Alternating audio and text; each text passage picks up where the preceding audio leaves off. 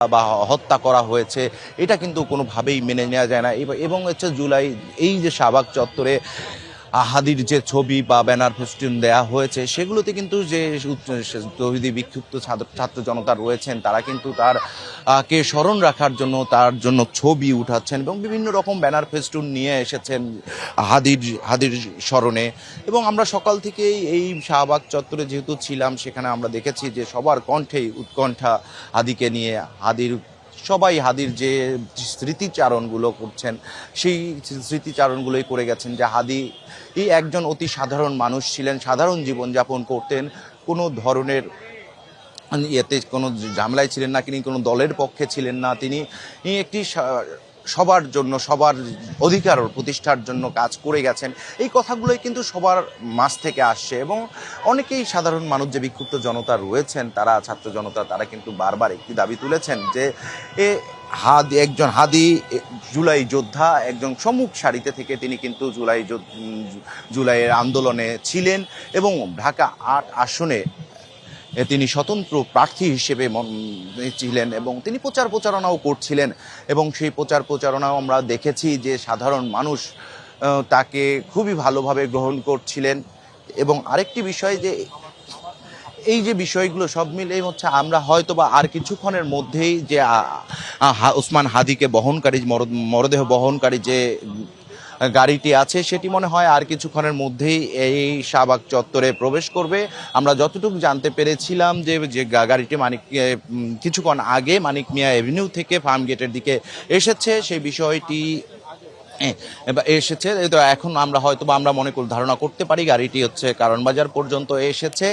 হয়তো আর অল্প কিছুক্ষণের মধ্যে সেই গাড়িটি কিন্তু আপনার শাহবাগ চত্বর দিয়ে কাজী নজরুল ইসলামের যে ঢাকা বিশ্ববিদ্যালয় সমাধি রয়েছে, সেই স্থলটিতে যাবে। তার জন্য যেখানে কবর খনন করা হয়েছে সেখানেই যাবেন। আরেকটি বিষয় যে হাদি শুধু জুলাই অভ্যুত্থানে শুধু সম্মুখ সারির যোদ্ধা ছিলেন না, তিনি কিন্তু 5ই আগস্টের পর থেকে কিন্তু এই টিএসসি, ঢাকা বিশ্ববিদ্যালয়ের মধুর ক্যান্টিন, এখানে বিভিন্ন ধরনের সংবাদ সম্মেলন করেছেন।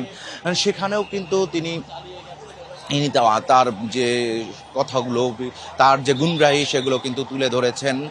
যে আমরা দেখতে পাচ্ছি হচ্ছে হাদিকে যে বহনকারী, যে মরদেহ বহনকারী যে গাড়ি, লাশবাহী গাড়িটি, সেটি কিন্তু এই মুহূর্তে শাহবাগ চত্বরে এসেছে এবং আপনারা দেখছেন যে তাকে মরদেহ বহনকারী যে গাড়িটি ভিতরের দিকে আস্তে আস্তে প্রবেশ করছেন এবং লাশবাহী গাড়িটিতে দেখলেন হচ্ছে প্রবেশ করলো এবং কবি কাজী নজরুল ইসলামের যে সমাধি, সেই স্থলের দিকেই যাচ্ছে। আপনারা দেখছেন যে গাড়িটি এই মুহূর্তে শাহবাগ চত্বর ক্রস করে ভিতরের দিকে প্রবেশ করলো। আপনারা দেখছেন যে সেইটি কিন্তু এখন হাদিকে নিয়ে দুই পাশে, এবং এখানে যে স্বেচ্ছাসেবীরা রয়েছেন তারা কিন্তু হাদিকে শ্রদ্ধা নিবেদন করছেন এবং এখানে যে স্বেচ্ছাসেবীরা রয়েছেন, যে এখানে যাতে আইন শৃঙ্খলা পরিস্থিতি বিনষ্ট না হয় সেজন্য কিন্তু তারা এখানে অবস্থান করছেন এবং হাদিকে শেষ বিদায় দেওয়ার জন্য কিন্তু তারা সবাই হাদিকে বহনকারী যে গাড়িটি সামনের দিকে চলে গেল, তারা কিন্তু হাত নেড়ে শুভেচ্ছা জানাচ্ছেন বা তাকে সমবেদনা জানাচ্ছেন। এবং এখানে যে আইন শৃঙ্খলা বাহিনীও কিন্তু যথেষ্ট রয়েছে নিরাপত্তা দেওয়ার জন্য। সেই সব কিছুই এখন কিন্তু তার মরদেহ কিন্তু ভেতরে প্রবেশ করেছে। আপনারা দেখছেন যে সেই গাড়িটি কিন্তু ভিতরে চলে গেছে এবং এখানে যে সাধারণ মানুষ বা উৎসুক জনতা রয়েছে তারা কিন্তু ভেতরের দিকে প্রবেশ করতে চাচ্ছেন। স্বেচ্ছাসেবীরা তাদেরকে কিন্তু এখানে আটকে দিচ্ছেন, যেহেতু তাকে শেষ বিদায় জানানোর জন্য সারা বাংলাদেশ থেকে লোকজন এসেছেন এবং এখানে কিন্তু তার জানা যায় কিন্তু প্রায় লাখের বেশি মানুষ উপস্থিত হয়েছেন এবং সেই মানুষজনে কিন্তু তাকে শেষ শ্রদ্ধা জানাতে বা তাকে সমাহিত করার জন্য তারা কিন্তু এই শাহবাগ চত্বর দিয়ে ঢাকা বিশ্ববিদ্যালয়ের কবি কাজী নজরুল ইসলাম এর সমাধি স্থল, যেখানে তাকে সমাহিত করা হবে, সে তার দিকে চলে যাওয়ার চেষ্টা করছেন বা তারা তাকে শেষ বিদায় দেওয়ার চেষ্টা করছেন।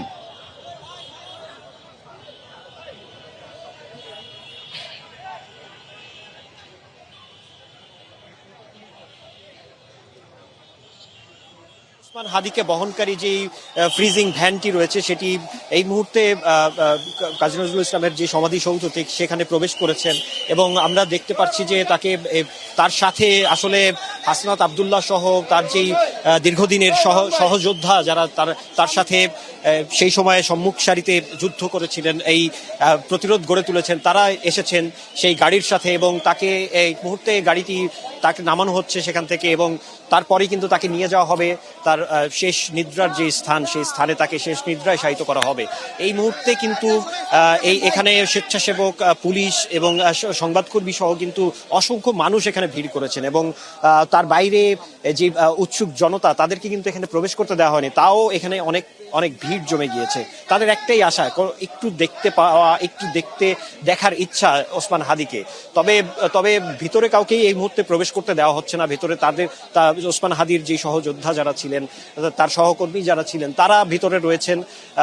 এই মুহূর্তে ফ্রিজিং গাড়ি থেকে তার মরদেহটি নামানোর প্রক্রিয়া চলছে। গাড়িটি পার্ক করে সেখান থেকে তার মরদেহকে বহন করে নিয়ে যাওয়া হবে তার সমাধিসৌধ কবর পর্যন্ত।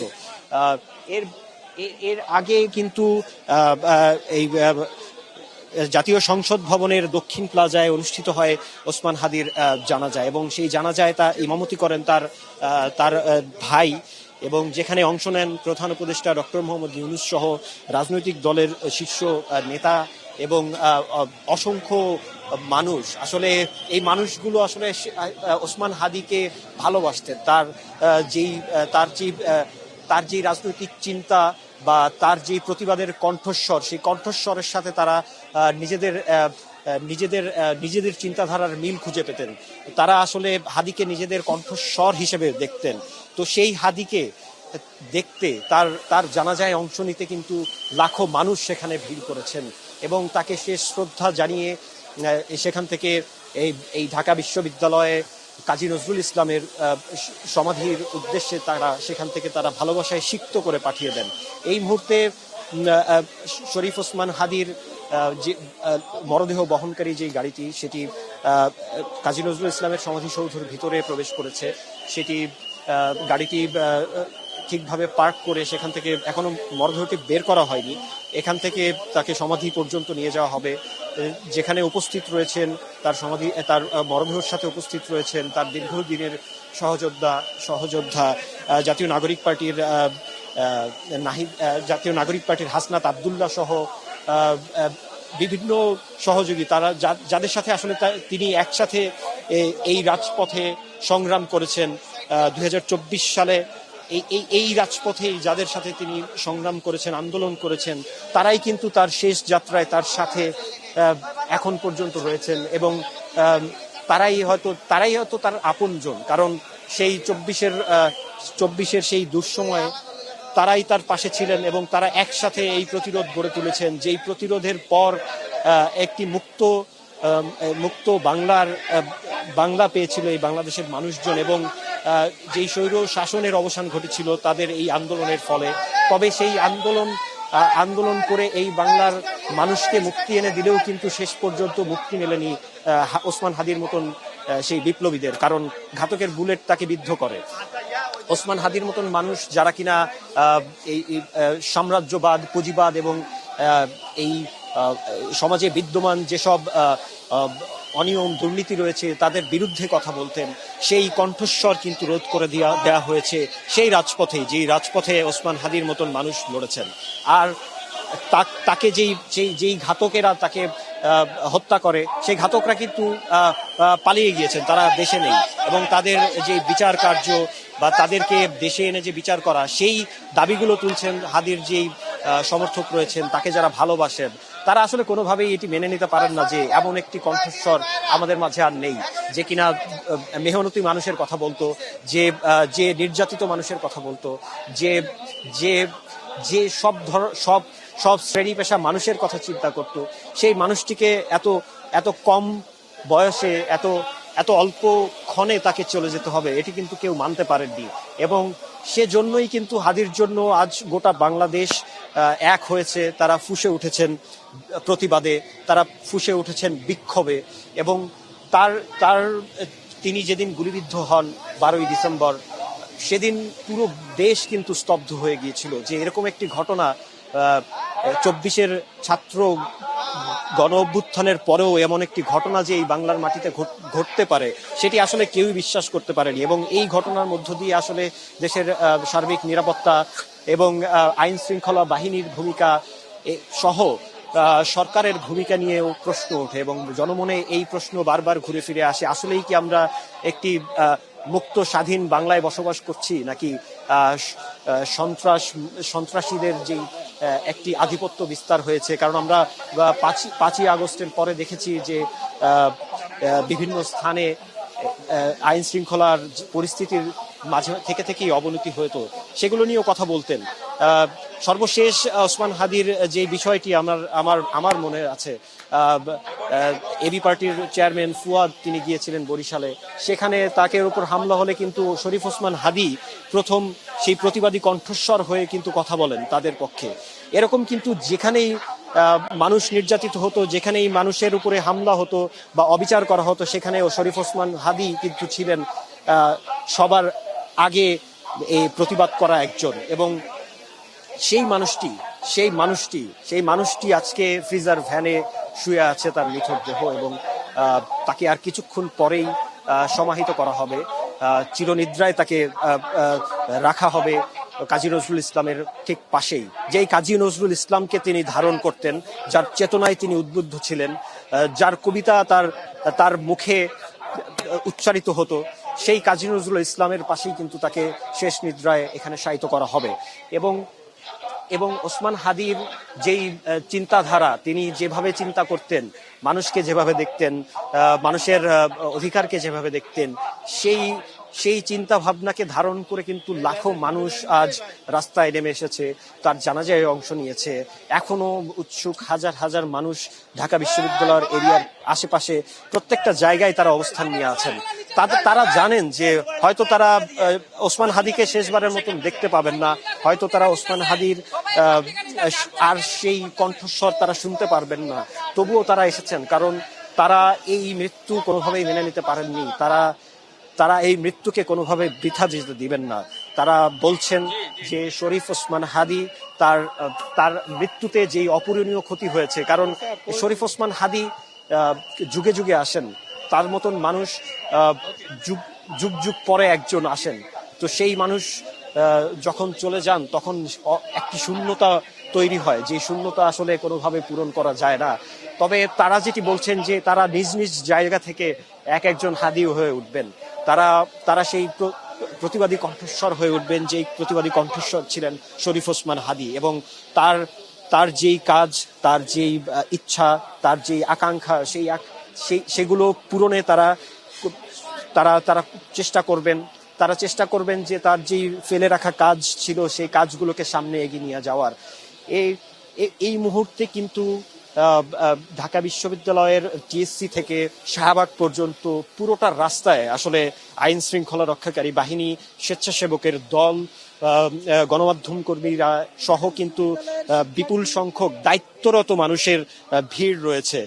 উৎসুক জনতা এখানে ঢুকতে পারছেন না, তাদেরকে শাহবাগ এবং টিএসসির দুই পাশেই ব্যারিকেড দিয়ে আটকে দেওয়া হয়েছে, কারণ এই শরীফ ওসমান হাদির দাফনকে ঘিরে যে মানুষের সমাগম হওয়ার কথা, সেই ভিড় আসলে সামাল দেওয়া সম্ভব না। তাই এখানে কিন্তু বিজিবি রয়েছে, সোয়াটের টিম রয়েছে, ডিবির টিম রয়েছে, ডিটেকটিভ ব্রাঞ্চের টিম রয়েছে, পুলিশের বেশ কয়েকটি দল রয়েছে, এবং তারা এই নিরাপত্তার বিষয়ে কোনো প্রকার ছাড় দিচ্ছেন না। কিছুক্ষণ আগেও আমরা দেখেছিলাম নিরাপত্তার সংখ্যায় কয়েকজনকে বের করে দেওয়া হয়েছে।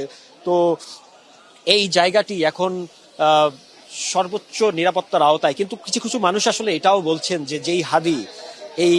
যেই হাদিকে এত রাষ্ট্রীয় নিরাপত্তা দেওয়া হচ্ছে, এত এত এত অ্যাটেনশন তাকে দেওয়া হচ্ছে, এই নিরাপত্তার যদি এক অংশ তিনি জীবিত থাকা অবস্থায় তাকে দেওয়া হতো, তাহলে হয়তো আজ এই পরিস্থিতি আমাদের দেখতে হতো না, এই হাদিকে আমাদের মাঝ থেকে হারাতে হতো না। তো সেই বিষয়টিও বলছেন মানুষ যে হাদিকে হারিয়ে আজকে সবাই বুঝতে পারছেন যে আসলে তারা কি হারিয়েছেন, এবং এটি যদি রাষ্ট্র আগে থেকেই বুঝতে পারতেন তাহলে হয়তো আমরা হাদিকে আজকে হারাতাম না। হাদিকে এখনো নামানো হয়নি, তিনি এখনো ফ্রিজিং ভ্যানে রয়েছেন। তারা হয়তো শেষ মুহূর্তের যে প্রস্তুতিগুলো রয়েছে সেগুলো সম্পন্ন করে নিচ্ছেন। আমরা কেউই ঢুকতে পারছি না ভিতরে, আমরা বাইরে থেকে যতদূর সম্ভব আমরা আমাদের দর্শকদেরকে দেখানোর চেষ্টা করছি। ফ্রিজিং ভ্যানের দরজা খোলা হয়েছে, হয়তো এখনই নামানো হবে শরীফ ওসমান হাদিকে।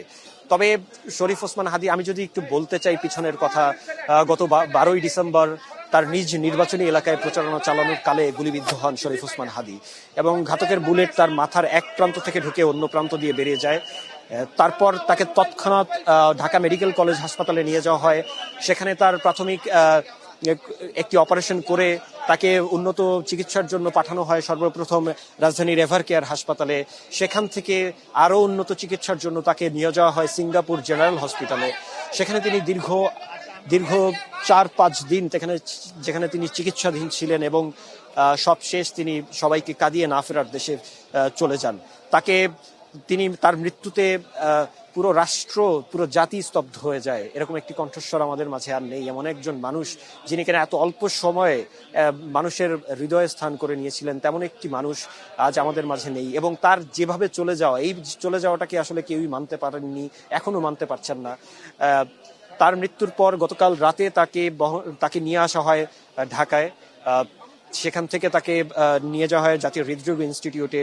সেখানে তার সেই হিমঘরে তাকে রাখা হয়েছিল গতকাল রাতে। তারপর আজ সকালে তার ময়নাতদন্ত সম্পন্ন হয়। ময়নাতদন্তের পর বেলা 2টায় জাতীয় সংসদ ভবনের দক্ষিণ প্লাজায় তার জানাজার নামাজ অনুষ্ঠিত হয়। সেই জানাজার নামাজে যারা এই মুহূর্তে এসেছেন, দেখেছেন, যারা টিভিতে, লাখো মানুষ সেখানে অংশ নিয়েছে, তারা কেউই কোনো স্বার্থের জন্য আসেননি। তারা এসেছেন শরীফ ওসমান হাদির জানাজায় অংশ নিতে, তাকে শেষ বিদায় জানাতে, তার জন্য দোয়া করতে, তাকে যেন সৃষ্টিকর্তা আরো পরপারে আরো ভালো জায়গায় রাখেন, সেই দোয়া করতে এসেছিলেন এত লক্ষ লক্ষ মানুষ। এবং সেখানে তার জানাজা করেন শরীফ ওসমান হাদির ভাই। তার জানাজা শেষে তাকে এই মুহূর্তে নিয়ে আসা হয়েছে ঢাকা বিশ্ববিদ্যালয়ে কাজী নজরুল ইসলামের সমাধির পাশেই তাকে শায়িত করা হবে চিরনিদ্রায়। এই মুহূর্তে শরীফ ওসমান হাদিকে বের করা হয়েছে ফ্রিজিং গাড়ি থেকে, তাকে নিয়ে যাওয়া হচ্ছে তাকে যেখানে শায়িত করা হবে চিরনিদ্রায় সেই স্থানের উদ্দেশ্যে তাকে নিয়ে যাওয়া হচ্ছে। তাকে বহন করে নিয়ে যাচ্ছেন তারই সহযোদ্ধারা, যারা এই 24-এর বিপ্লবে তার সাথে এই রাজপথেই যারা আন্দোলন করেছেন, সংগ্রাম করেছেন, তারাই কিন্তু শেষ মুহূর্তে শরীফ ওসমান হাদিকে বহন করে তাকে চিরনিদ্রায় শায়িত করার জন্য নিয়ে যাচ্ছেন। এই শরীফ ওসমান হাদি, যিনি কিনা ছিলেন একজন প্রতিবাদী কণ্ঠস্বর, এই শরীফ ওসমান হাদি যিনি জায়গা করে নিয়েছিলেন এই কোটি মানুষের হৃদয়ে, তার যেই প্রজ্ঞা, তার রাজনৈতিক দর্শন, তার চিন্তা ভাবনায়, এই বিষয়গুলো দিয়ে, এবং তার যেই মেহনতি বা প্রতিবাদী মানুষ বা নির্যাতিত মানুষের পাশে দাঁড়ানোর যেই সহজাত প্রবৃত্তি, সেই প্রবৃত্তির জন্যই কিন্তু তাকে মানুষ আপন করে নিয়েছিলেন। এবং তাকে তার মৃত্যুতে এত মানুষ সমাগম এবং এত মানুষ তাদের আবেগের জায়গা থেকে তাকে আসলে শেষবারের মতন দেখতে, শেষবারের মতন বিদায় দিতে তার সঙ্গী হয়েছেন। এবং এই মুহূর্তে তাকে তার যে কবরের পাশে তাকে নিয়ে যাওয়া হয়েছে, তাকে কিছুক্ষণের মধ্যেই তার চিরনিদ্রায় শেষবারের মতন শায়িত করে দেওয়া হবে, যেখানে তিনি চিরনিদ্রায় থাকবেন। তারই আদর্শ, তিনি যেই আদর্শে বিশ্বাস করতেন, সেই আমাদের জাতীয় কবি, বিদ্রোহী কবি কাজী নজরুল ইসলামের পাশেই কিন্তু তাকে শায়িত করা হচ্ছে। এবং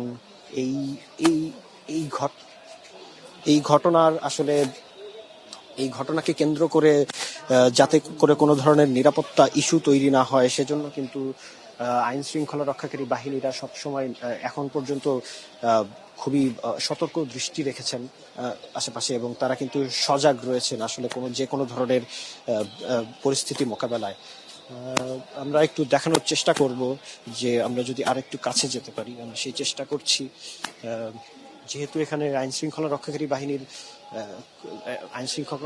আইন শৃঙ্খলার খুব কড়াকড়ি চলছে, কাউকে ভিতরে যেতে দেওয়া হচ্ছে না, তাই আমরা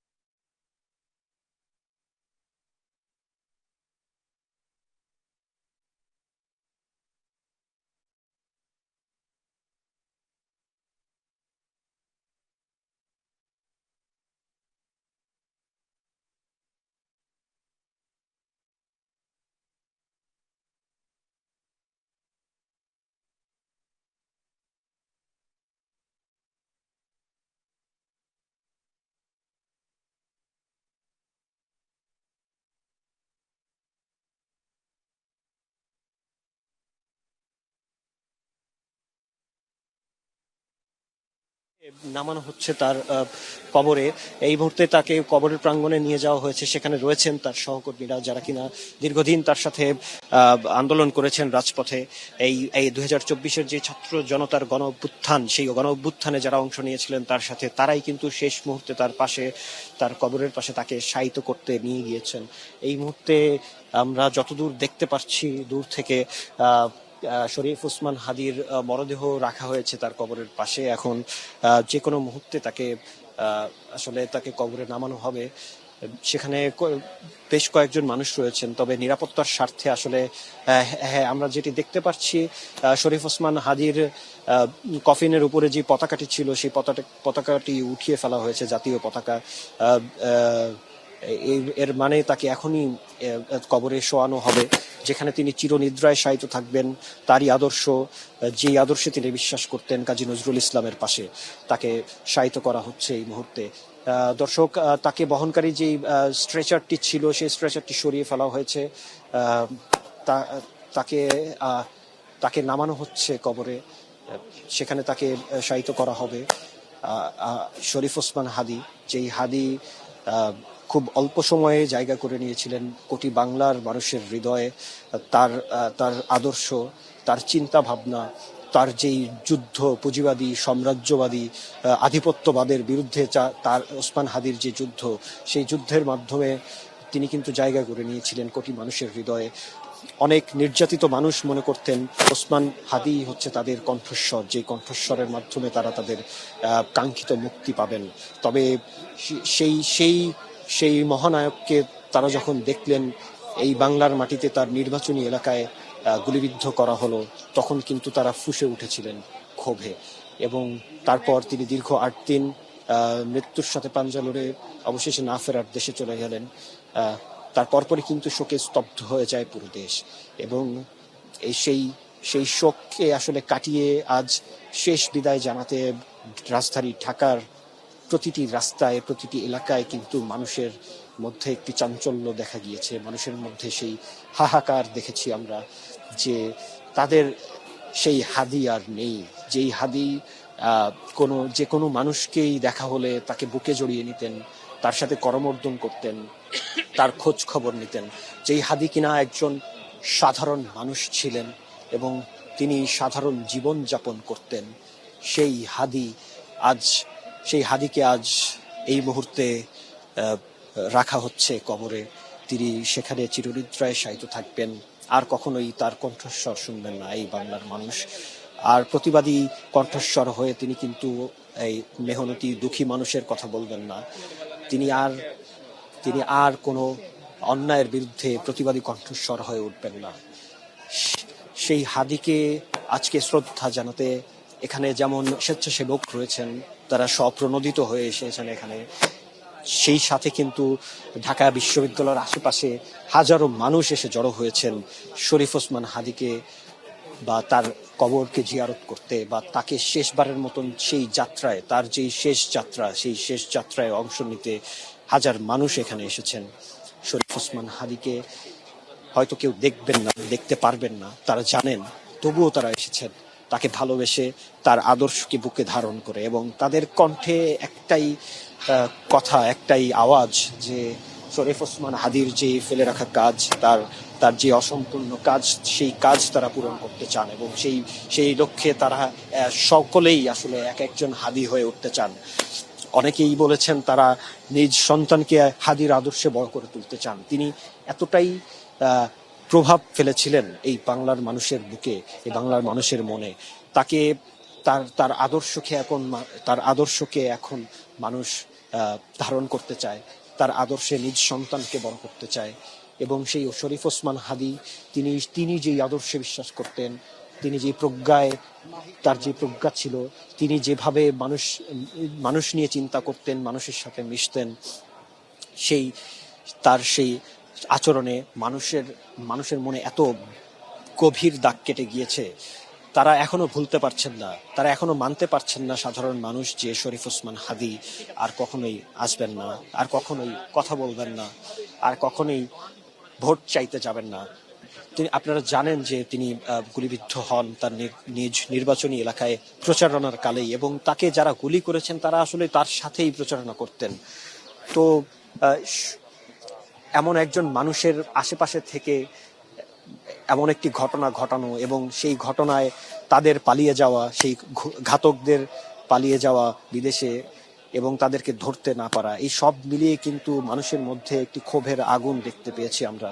তারা বলছেন এই রাষ্ট্র আসলে ব্যর্থ, এই প্রশাসন ব্যর্থ, কারণ তারা একজন হাদির নিরাপত্তা দিতে পারেনি, তারা একজন হাদিকে সুস্থভাবে বেড়ে উঠতে দিতে পারেনি। তো সেই প্রতিবাদ কিন্তু তারা জানিয়েছেন, এতদিন ধরে তারা সেই প্রতিবাদ করছেন, হয়তো আরো প্রতিবাদ করবেন। তারা যেটি বলছেন যে এই হাদির যারা ঘাতক, তাদেরকে যতদিন না পর্যন্ত এই বাংলার মাটিতে এনে বিচার করা হবে, ততদিন তারা এই বিক্ষোভ চালিয়ে যাবেন। তারা হাদির কথা স্মরণ করবেন, তারা হাদিকে স্মরণ করে সেই সাম্রাজ্যবাদ, সেই আধিপত্যবাদ, সেই পুঁজিবাদের বিরুদ্ধে লড়বেন, এবং তারা নিজেদের জীবনকে হাদির আদর্শে আদর্শিত করবেন। সেই হাদি, সেই শরীফ ওসমান হাদি, তাকে তার নিথর দেহ এখন নামানো হচ্ছে কবরে। তার পাশে রয়েছে তার দীর্ঘদিনের আন্দোলনে তার সাথে সঙ্গী হওয়া সেই সহযোদ্ধারা। সেখানে তারা হাদিকে রেখে আসবেন অন্ধকার কবরে, এবং এই ওসমান হাদির যেই তাকে ঘিরে যেই উন্মাদনা মানুষের মধ্যে, তাকে ঘিরে যে মানুষের আবেগ, সেই আবেগের আসলে কোনো মূল্য হয় না, সেটি মূল্যহীন। কারণ এই ওসমান হাদির তিনি যেভাবে মানুষকে ভালোবাসতেন, মানুষকে বুকে টেনে নিতেন, সেটি আসলে অতুলনীয় বলছেন। এবং মানুষ বলছেন যে ওসমান হাদিরা যুগে যুগে আসে না, যুগ যুগ পরে একজন ওসমান হাদি জন্ম নেয় এই বাংলায়। তো তাদেরকে রক্ষা করা, সেই হাদিদেরকে রক্ষা করা এই রাষ্ট্রের প্রতিটি মানুষের দায়িত্ব। তাদেরকে নিরাপত্তা দেওয়া, তাদেরকে সঠিকভাবে বেড়ে উঠতে সাহায্য করা সকলের দায়িত্ব। সেই দায়িত্ব পালনে আমরা ব্যর্থ, সেই হিসেবেও অনেকে লজ্জা প্রকাশ করেছেন যে আমরা সকলেই আসলে সম্মিলিতভাবে ব্যর্থ এমন একজন মানুষকে এই পৃথিবীতে বাঁচতে না দিতে পারার জন্য। শরীফ ওসমান হাদি, আপনারা যারা এই মুহূর্তে দেখছেন তাদের উদ্দেশ্যে আমি বলতে চাই যে শরীফ ওসমান হাদি তিনি গত 12ই ডিসেম্বর রাজধানীর বিজয়নগর পানির ট্যাঙ্কি এলাকার সেখানে তিনি গুলিবিদ্ধ হন। ঘাতকের বুলেট তার মাথার এক প্রান্ত দিয়ে ঢুকে অন্য প্রান্ত দিয়ে বেরিয়ে যায়। তাকে প্রাথমিকভাবে নেওয়া হয় ঢাকা মেডিকেল কলেজ হাসপাতালে, তারপর সেখান থেকে এভার কেয়ার হাসপাতাল হয়ে তাকে উন্নত চিকিৎসার জন্য নিয়ে যাওয়া হয় সিঙ্গাপুরে উন্নত চিকিৎসকদের দেশ বরেণ্য, সিঙ্গাপুরে বিশ্বমানের যেসব চিকিৎসকরা রয়েছেন তাদের তত্ত্বাবধানে হাদিকে দীর্ঘদিন ধরে চিকিৎসা দেওয়া হয়, কিন্তু তিনি সকলকে নাকা দিয়ে না ফেরার দেশে চলে যান। সেই শরীফ ওসমান হাদিকে আজকে নিয়ে আসা হয়েছে এই ঢাকা বিশ্ববিদ্যালয় কাজী নজরুল ইসলামের সমাধির পাশে, তাকে শায়িত করা হবে শেষ নিদ্রায়, যেখানে তিনি থাকবেন আজীবন, চিরকাল। তারই সেই আদর্শ কাজী নজরুল ইসলামের পাশে। এই কাজী নজরুল ইসলামের যে আদর্শ, বিদ্রোহী আদর্শ, সেই আদর্শের সাথে কিন্তু তিনি ছিলেন এক প্রতিবাদী কণ্ঠস্বর। তিনি কিন্তু সেই আদর্শে বিশ্বাস করতেন।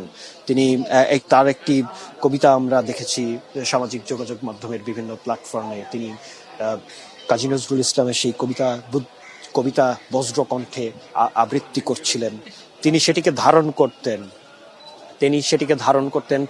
আমরা আমরা তাকে কিন্তু কবরে শায়িত করা হয়েছে। আমি এই মুহূর্তে যারা যুক্ত হচ্ছেন তাদের উদ্দেশ্যে বলছি, তাকে কবরে শায়িত করা হয়েছে এবং তার কবরে শেষ মাটিটুকু দিচ্ছেন তার যে দীর্ঘদিনের সহযোদ্ধা, তার নিকটাত্মীয় যারা রয়েছেন, তার সাথে যারা দীর্ঘদিন পথ চলেছেন, তার রাজনৈতিক যে আদর্শে, সেই আদর্শ যারা ভাগাভাগি করেন, সেই আদর্শে যারা বিশ্বাস করেন, তারাই কিন্তু আজ শেষ মুহূর্তে তার কবরের পাশে রয়েছেন।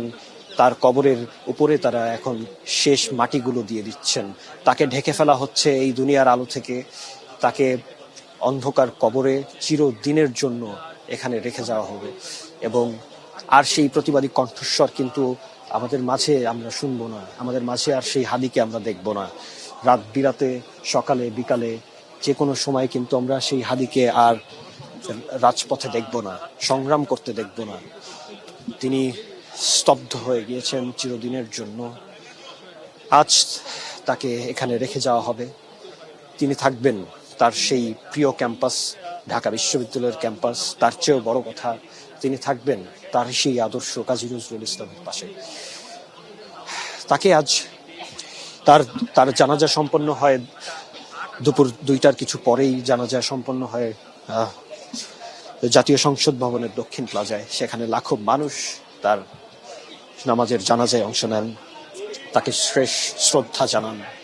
তার পরপর সেখান থেকে তাকে বহনকারী যে অ্যাম্বুলেন্সটি, লাশবাহী গাড়িটি রয়েছে, সেই গাড়িটি ঢাকা বিশ্ববিদ্যালয়ে পৌঁছায়, যেখানে রাস্তার টিএসসি থেকে শাহবাগ পর্যন্ত দুই পাশেই হাজার হাজার স্বেচ্ছাসেবী, গণমাধ্যম কর্মী, আইন শৃঙ্খলা রক্ষাকারী বাহিনীর সদস্য, তারা কিন্তু সেখানে একজন মানুষের অপেক্ষাতেই ছিলেন, শহীদ শরীফ ওসমান হাদী, যিনি মৃত্যুর পরে এই পুরো দেশকে দেখিয়ে গেছেন তার মূল্য কতটুকু ছিল, তাকে মানুষ কোথায় ধারণ করতেন, তার চেতনাকে মানুষ কিভাবে গ্রহণ করতেন, সেই বিষয়গুলো কিন্তু তিনি চোখে আঙুল দিয়ে দেখিয়ে গিয়েছেন। এবং তারই সাথে সাথে এই রাষ্ট্রের যেই ব্যবস্থায় একজন জীবিত মানুষকে সে নিরাপত্তা দিতে পারেন না, তবে মৃত মানুষকে প্রোটোকল দিতে পারেন, সেই ব্যবস্থাকেও কিন্তু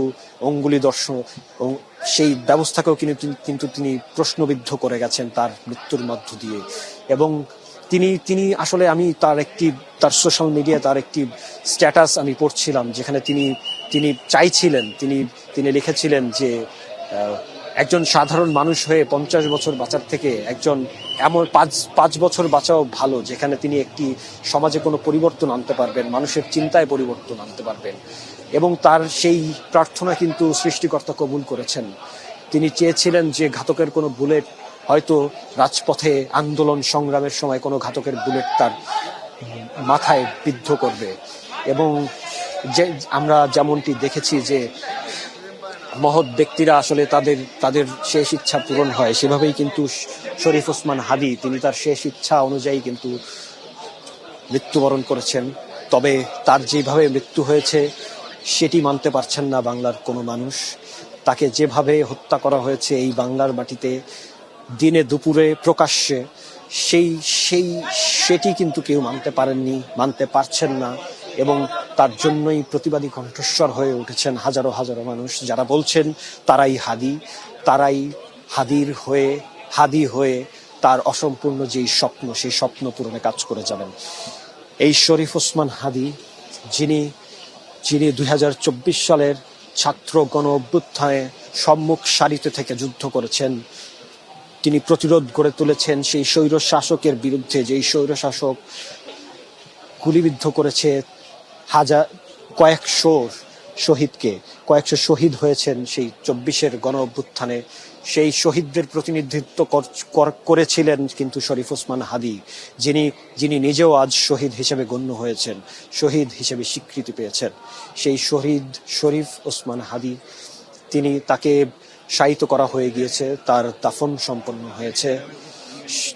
সেখানে এখনো তার যেই শেষ যাত্রার সহযাত্রীরা ছিলেন শেষ যাত্রায়, তারা এখনো সেখানে অবস্থান করছেন। তারা শেষ মুহূর্তে দোয়া করছেন তার জন্য, তার আত্মার মাগফিরাত কামনা করছেন, তাকে যাতে সৃষ্টিকর্তা শহীদের সর্বোচ্চ মাকাম, সর্বোচ্চ স্থান দান করেন, সেই জন্য তারা দোয়া করেছেন। তারা তারা তারা আসলে তারা বাকরুদ্ধ হয়ে গিয়েছেন যখন এই শরীফ ওসমান হাদির মৃত্যুর খবরটি গণমাধ্যমে আসে। মানুষ তৎক্ষণাৎ কিন্তু রাস্তায় নেমে পড়েছিলেন এবং 10 থেকে 15 মিনিটের মধ্যেই পুরো ঢাকা শহরে মানুষ বিক্ষোভে ফেটে পড়েছিল তার মৃত্যুর সংবাদ শুনে। এবং যেই যেই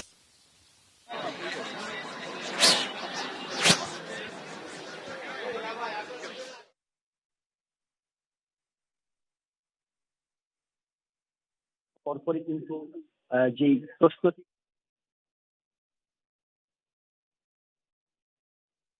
বিলম্বে হাদির খুনি যারা রয়েছেন তাদেরকে এই বাংলার মাটিতে এনে এখানেই বিচার করা হবে। যেহেতু তাকে এই বাংলার মাটিতেই নির্বিদ্ধ করা হয়েছে, তাকে আঘাত করা হয়েছে, সেই বাংলার মাটিতেই তারা সেই ঘাতকের বিচার চায়। এবং এবং হাদির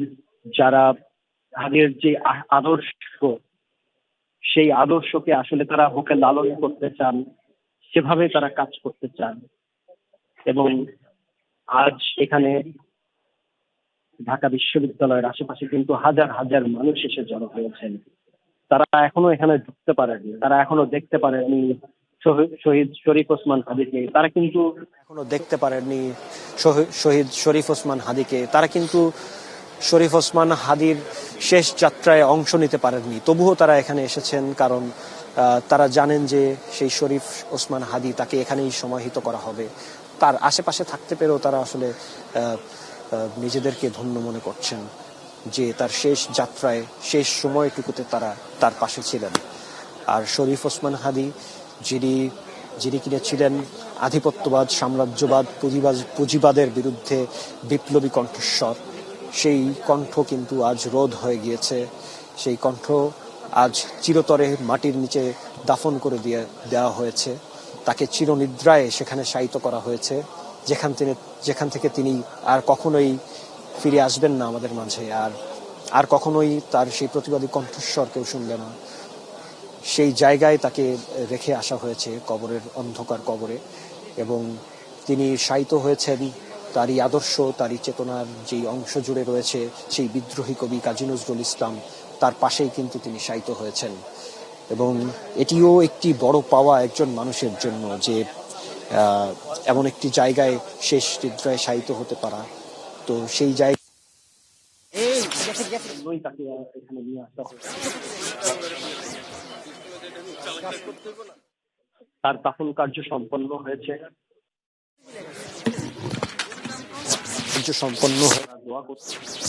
সেখানে রয়েছেন।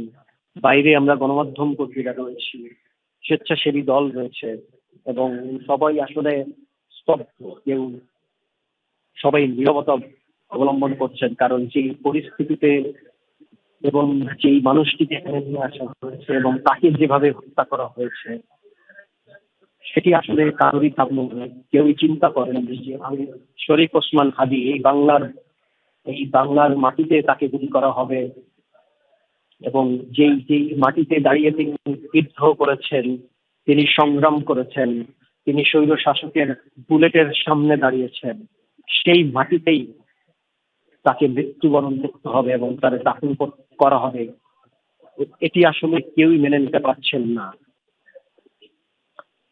এবং মানুষ এসেছেন তাকে শেষ শ্রদ্ধা জানাতে, তাকে শেষ যাত্রা রয়েছে, সেই যাত্রায় অংশী হিসেবে থাকতে তারা এসেছেন। তার দাফন কাজ সম্পন্ন করা হয়েছে। চিরতরের জন্য তাকে শায়িত করা হয়েছে কাজী নজরুল ইসলামের পাশে। এবং এই মৃত্যুর জন্য আসলে যেই মানুষ যাদেরকে দায়ী করছেন, এই সরকার, এই প্রশাসন, আসলে তাদের এই দাবিগুলো জানি না কতটুকু পূরণ হবে, আসলেই এই এই এই তার যে প্রকৃত দোষী, তাকে হত্যাকারী যারা রয়েছেন তাকে আসলেই ফিরিয়ে আনা সম্ভব কিনা, এই বাংলার মাটিতে এনে বিচার করা সম্ভব কিনা বা করা হবে কিনা, এটি নিয়ে সংশয় থাকলেও কিন্তু মানুষের মধ্যে সেই প্রত্যয় রয়েছে যে তারা অবশ্যই এই বাংলার মাটিতেই শরীফ ওসমান হাদির ঘাতকদের বিচার করবে। এবং তারা বিক্ষুব্ধ, তারা শোকে স্তব্ধ, তারা তারা আবেগে আপ্লুত, তারপরেও তারা কিন্তু আজ এখানে এসেছেন শরীফ ওসমান হাদির সাথে তার শেষ যাত্রায় অংশ নিতে।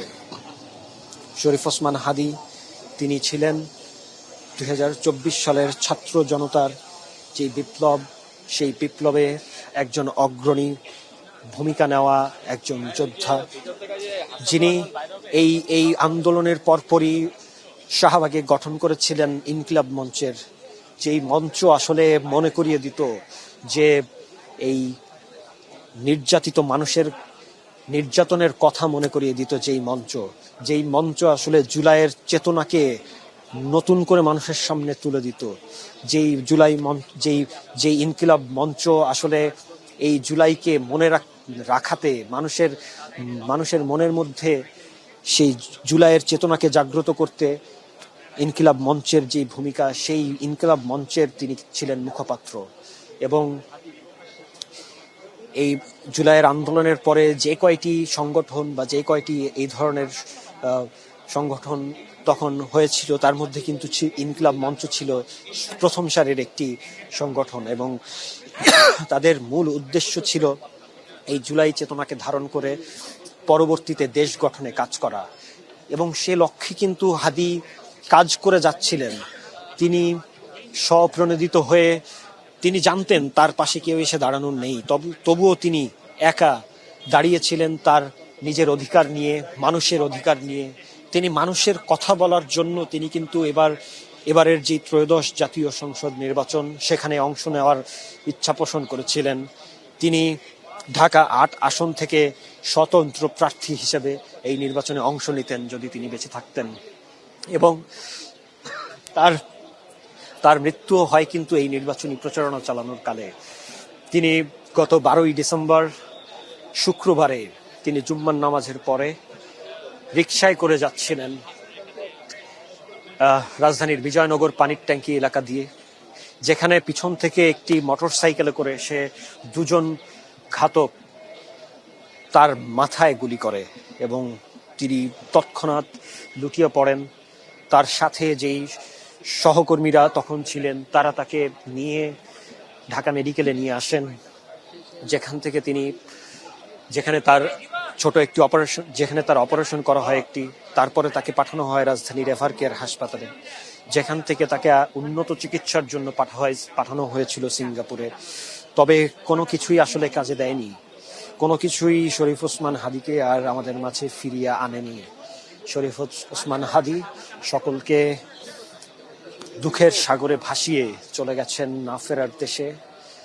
তিনি শহীদ হয়েছেন, তাকে শহীদের মর্যাদা দেওয়া হয়েছে। তার জন্য আজ রাষ্ট্রীয় একদিনের শোক পালিত হচ্ছে, যে লক্ষ্যে সকল সরকারি বেসরকারি স্বায়ত্তশাসিত সরকারি বেসরকারি ভবন, বিদেশে নিযুক্ত বাংলাদেশি যে দূতাবাস, সকল জায়গায় কিন্তু তার স্মরণে তাকে সম্মান জানিয়ে রাষ্ট্রীয় আমাদের যে পতাকা রয়েছে সে পতাকায় তাকে অর্ধনমিত রাখা হয়েছে। এবং রাষ্ট্রীয়ভাবে ব্যক্তিগতভাবে সকলেই আজ আসলে এই মৃত্যুকে কোনোভাবেই মেনে নিতে পারছেন না। সবাই বলছেন শরীফ ওসমান হাদির আরো অনেক কিছু দেওয়ার ছিল এই বাংলার মানুষকে, আরো অনেক দূর যাওয়ার ছিল শরীফ ওসমান হাদির এই মৃত্যু কোনোভাবেই তারা মানতে পারছেন না। এই মৃত্যুতে তারা ক্ষোভে ফেটে পড়েছেন, ক্ষোভে ফুঁসে উঠেছেন, বিক্ষুব্ধ হয়ে উঠেছেন, তারা বিপ্লবী হয়ে উঠেছেন। তারা প্রত্যেকেই একজন হাদি হিসেবে আত্মপ্রকাশ করছেন। তারা বলছেন যে হাদির যেই কাজ, তার যেই অসম্পূর্ণ যেই কাজ, সেই কাজকে তারা আগিয়ে নিয়ে যেতে চান। তারা প্রত্যেকেই নিজ নিজ জায়গা থেকে একজন হাদি হয়ে উঠতে চান।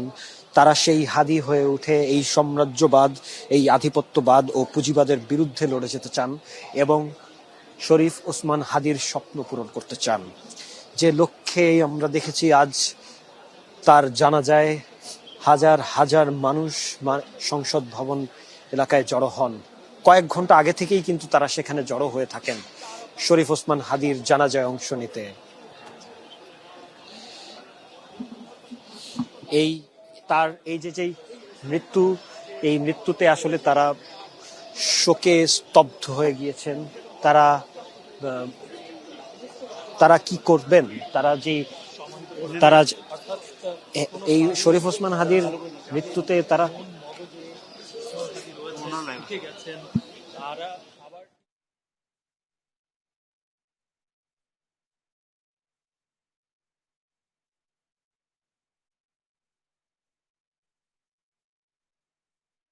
কণ্ঠস্বর একটি অপূর্ণ স্বপ্নভঙ্গের এই যাত্রায় পৃথিবীর মায়া ত্যাগ করে ওসমান হাদি পাড়ি জমিয়েছেন।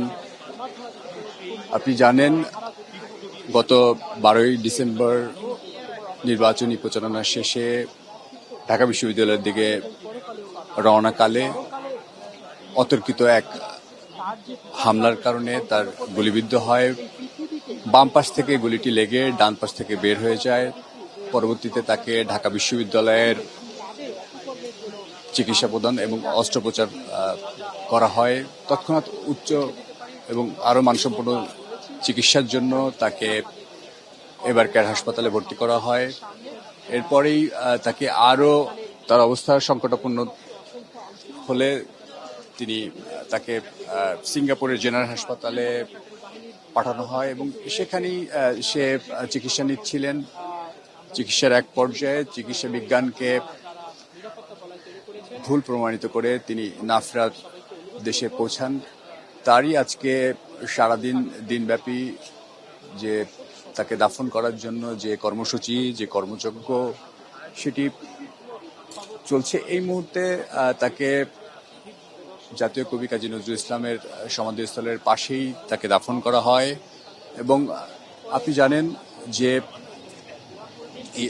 হাদি, ইনকিলাব মঞ্চের হাদি, তার আগ্রাসন বিরোধী এবং ফ্যাসিবাদ বিরোধী যে আন্দোলন, সে আন্দোলনের সম্মুখ সারির যোদ্ধা ছিলেন এবং একই সাথে সাধারণ মানুষ এবং শোষিত এবং তাদের যে কথাগুলা বলার খুব দরকার ছিল, সেই জায়গাটায় ওসমান হাদি কথা বলায় খুব দ্রুতই জনমানুষের কাছে তিনি খুব সুপরিচিত এবং প্রিয়জন হিসেবে আবির্ভাব ঘটে এবং সেই ক্ষণেই ওসমান হাদি এরকম চলে যাওয়া, তার ভক্ত সমর্থক, বিভিন্ন শ্রেণী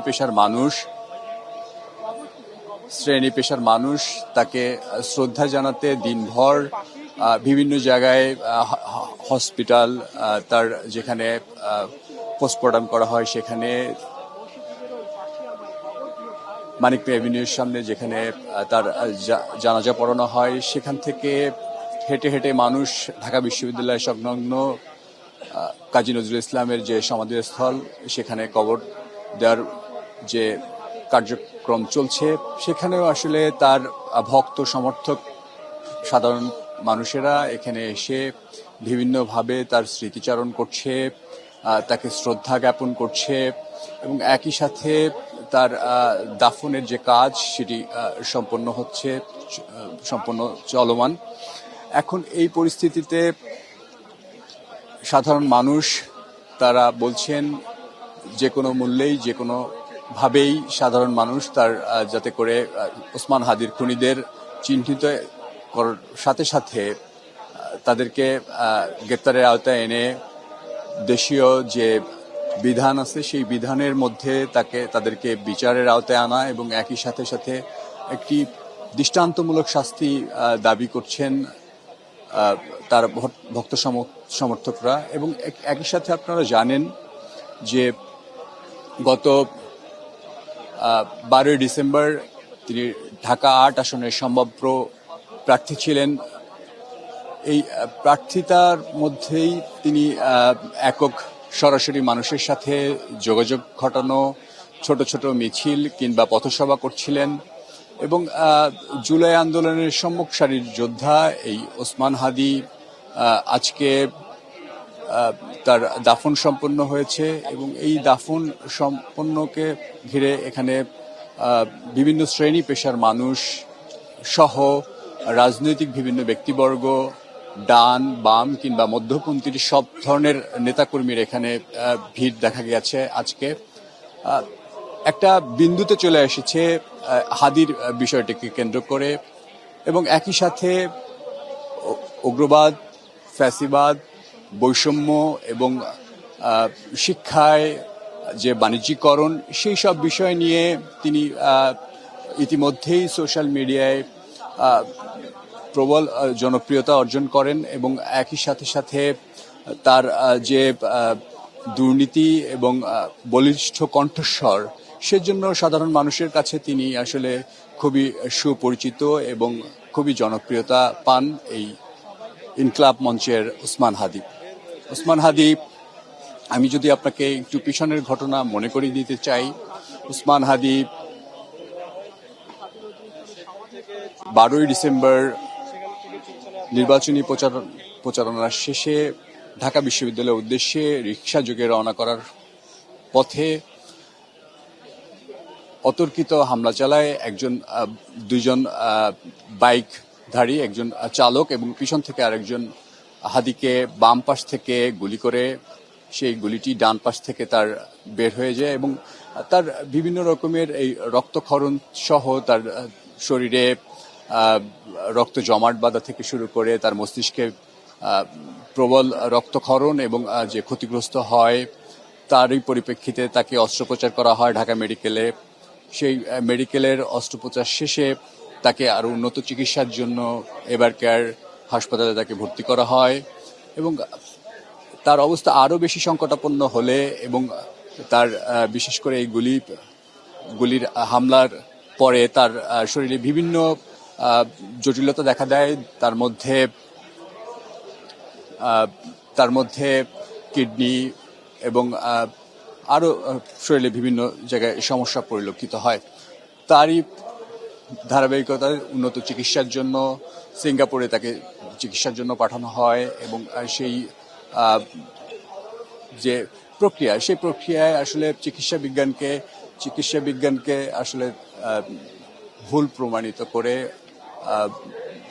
যথাযথ সম্ভবপর না বলে তিনি এক সময় তার চিকিৎসক দল গিভ আপ করে দেয় এবং তারই পরে ভেন্টিলেশনে যে থাকা অবস্থায় হাদি পরলোক গমন করেন এবং তারই মধ্যে গত 18 ডিসেম্বর বিকেল 5:45 দিকে ঢাকা আন্তর্জাতিক শাহজালাল আন্তর্জাতিক বিমানবন্দরে বাংলাদেশ বিমানের একটি ফ্লাইটে করে তিনি অবতরণ করেন, তার মরদেহ অবতরণ করেন এবং সেখান থেকেই যে রাজধানীর সহ বাংলাদেশের বিভিন্ন প্রান্তে একটি উৎকণ্ঠা, আবেগ ঘনঘটা এবং একই সাথে উত্তাল হয়ে পড়ে রাজপথ। এতটুকু বলা যায় রাজনীতির বিভিন্ন মহলে তাকে নিয়ে আলোচনা এবং বিভিন্ন শ্রেণী পেশার মানুষ, বিভিন্ন রাজনৈতিক দলের যারা রয়েছেন তারা এই হাদির প্রশ্নে আসলে অনেককেই দেখেছি তাদের একাত্মতা প্রকাশ করতে, এই খুনিদেরকে খুবই দ্রুত আইনের আওতায় এনে তাদের বিচার করার জন্য আমরা দেখেছি।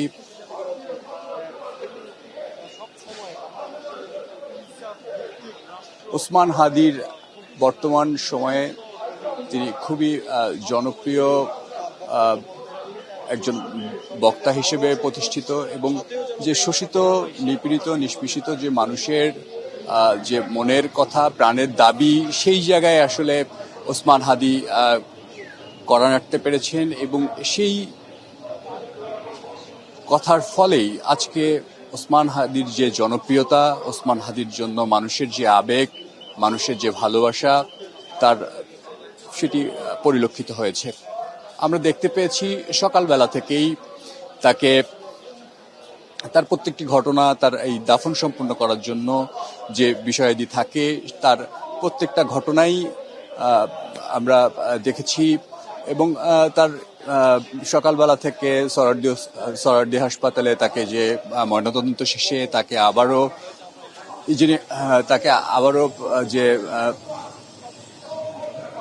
তাকে আবারও মানিক মিয়া এভিনিউ যে পূর্ব নির্ধারিত যে জানাজার নামাজ আদায় করার কথা ছিল সেটি শেষে তাকে জাতীয় কবি কাজী নজরুল ইসলামের যে সমাধিস্থল তার পাশেই তাকে সমাহিত করা হয়েছে। এখনো সেই সমাহিত করার যে পর্ব সেটি এখনো চলমান। হয়তো খুব শীঘ্রই তার এই সমাধি কার্যক্রম শেষ হবে। এই ওসমান হাদির মৃত্যুকে কেন্দ্র করে রাজধানী সহ সারা বাংলাদেশে যে চাঞ্চল্যকর এবং একই সাথে উত্তেজনাকর পরিস্থিতির যে দেখা গিয়েছে সেটির কারণেই আসলে আইন শৃঙ্খলা বাহিনীর বিভিন্ন দল মত এবং মানুষের মধ্যে যে আতঙ্কিত, একই সাথে সংশিত এবং যারা এই আসন্ন নির্বাচনে প্রতিদ্বন্দ্বিতা করবে তাদের নিরাপত্তা নিয়েও আসলে প্রশ্ন তুলছেন অনেকে। আমরা দেখতে পেয়েছি রাজধানীর বিভিন্ন গুরুত্বপূর্ণ জায়গায় অপরাধপ্রবণ এলাকায় সহ ওসমান হাদির যেখানে যেখানে তাকে ঢাকা বিশ্ববিদ্যালয়ে দাফন সম্পন্ন হয়েছে ওসমান হাদির, আমরা সেটি সরাসরি দেখছিলাম।